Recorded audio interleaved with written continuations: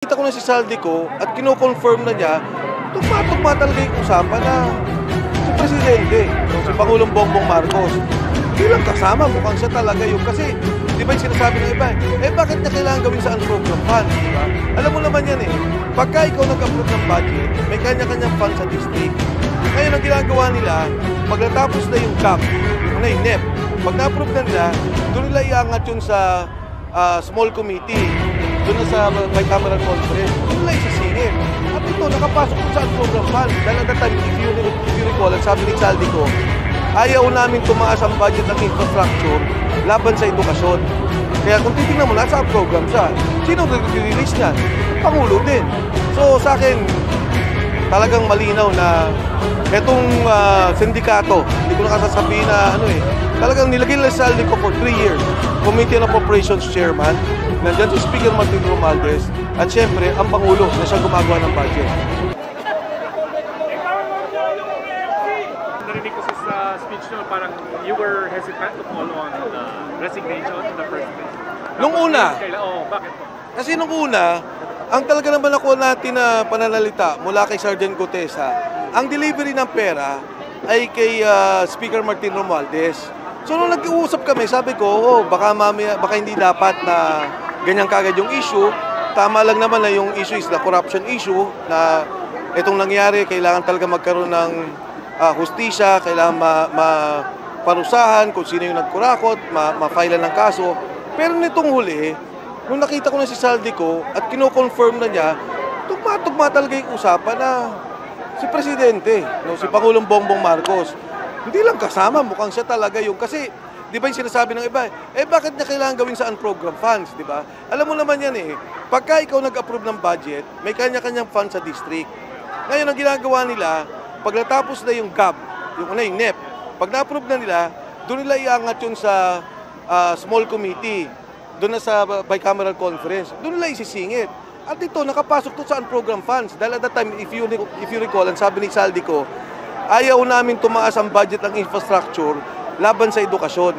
Kaya kung titingnan mo, nasa program siya. Sino nag-release niyan? Ang Pangulo din. So sa akin, talagang malinaw na itong sindikato, hindi ko nakasasabihin na talagang nilagay nila si Saldico for 3 years. Committee on Appropriations Chairman, nandiyan si Speaker Martin Romualdez, at syempre, ang Pangulo na siyang gumagawa ng budget. Tapos lumalabas based doon sa analysis yung mukhang sinusuppress si Gutesa, si Saldico, and then the family of yung mga nila Saldico. Totoo. Kasi di ba si Gutesa noon, nung una nga, akala ko talaga proteksyon. Later on, may mga messages na yung family na hindi makalabas, na hindi wala ng cellphone. Pagkatapos, at the proper time, ilalabas ko kung ano yung proof ko kung bakit sinasabi ko na talagang dinitain na si Gutesa. Number 1. Number 2, etong pamilya naman ni Ostrada at saka nitong babae, pero ngayon okay na, gusto ko lang ilinaw. In fact, nag-usap kami kanina ni Attorney Magno ng NBI, and sabi niya, kung meron kang alam, pagbigay mo alam sa akin. Dahil sabi nga niya, ayoko naman yung NBI masangkot sa ganyan. And nagpasalamat ako sa kanya, sabi ko, sige, chichiking ko. And to date, hindi ko pa alam eksakto kung nasaan yung pamilya, pero mukhang nandito na-recover na, wala na sa custody nila. Sir, yung speech nyo kanina kasi parang di ba nanawagan na meron daw usapan ngayon na parang hindi dapat mo naman nawagan kasi parang seditious or something. There's something like an opinion from Remulla coming No. Sa lahat ng sa ating mga kasama sa administrasyon, yung resignation voluntary act ni Presidente yan. Kung mahal niya yung bayan, itong nangyayaring kaguluhan, bagsak na ang ekonomiya, bagsak na masyado yung ating bansa. At magkakagulo-gulo pa. Hindi hinto ang tao, galit ang tao. Alam nyo, itong lahat na nangyari, minsan nawawala ng issue, biglang babagyo, babaha, ang daming apektado. Na talagang dapat ang Pangulo, kung mahal niya ang ating bansa, gawin na niya yung para maiayos yung kanyang ultimate sacrifice of resigning. Resignation. So hindi kayo natakot na balikan kayo for sedition? Hindi ako natatakot. At kung makulong man ako, masaya kami, dami namin, Wala naman sedition. Ano yung sedition na Marcos Rizal? Walang sedition. Pero kung balikan ko lang yung nag-usap kayo na Attorney Magno ng NBI, pero napalabas po sila ng pahayag na misleading po yung mga pahayag ninyo at baseless daw po. Wala daw po mga medical records na papatunay na sinaktan o binugbog. Alam mo, itong tendency nitong mga administrasyon, parati na lang. Si Secretary Yusek Claire Castro, nagsalita si Gutesa. Nung una, hanggang ngayon walang sinasabi Sergeant Gutesa na involved ang presidente. Siya nagdedepensa. Hindi ko maintindihan bakit niya kailangan depensahan yun. Sabi ko bakit kailangan sumagot ang spokesperson ng Office of the President nang hindi naman sila tinitira itong si Sergeant Gutesa. Ngayon yung NBI nagsasabi, baseless. Hindi ko na pa sila pinagbibintangan eh. Ang sinabi ko, accordingly doon sa asawa, merong NBI na kasama. Ngayon, siguro tingnan nila yung records nila. Hindi ko alam kung active NBI o agent pa yan. Di ba naalala nyo dati may mga ID? So, si Attorney Magno naman was very, very fair. Ang sabi niya, kung may nakita kayo, kung may ano po kayo, pagbigay alam nyo sa amin at titingnan namin kaagad. Pero I think to say na malinis kami, wala akong sinasabi na institutionally involved ang NBI. I'm just quoting the report given to me. At a proper time also, the family will talk about this. Magsasalta yung pamilya tungkol dito.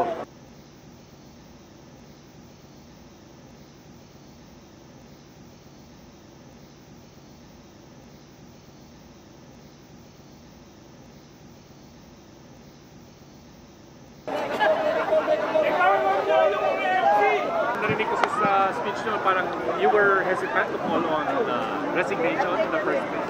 Nung una, bakit po? kasi nung una, ang talaga naman nakuha natin na pananalita mula kay Sergeant Gutesa, ang delivery ng pera ay kay Speaker Martin Romualdez. So nung nag-uusap kami, sabi ko, baka hindi dapat na ganyan kagad yung issue. Tama lang naman na yung issue is the corruption issue, na itong nangyari, kailangan talaga magkaroon ng hustisya, kailangan maparusahan kung sino yung nagkurakot, ma-file ng kaso. Pero nitong huli, nung nakita ko na si Saldico at kino-confirm na niya, tugma talaga yung usapan na si Presidente, si Pangulong Bongbong Marcos, hindi lang kasama, mukhang siya talaga yung, kasi di ba yung sinasabi ng iba, bakit niya kailangan gawin sa unprogrammed funds, di ba? Alam mo naman yan pagka ikaw nag-approve ng budget, may kanya-kanyang fund sa district.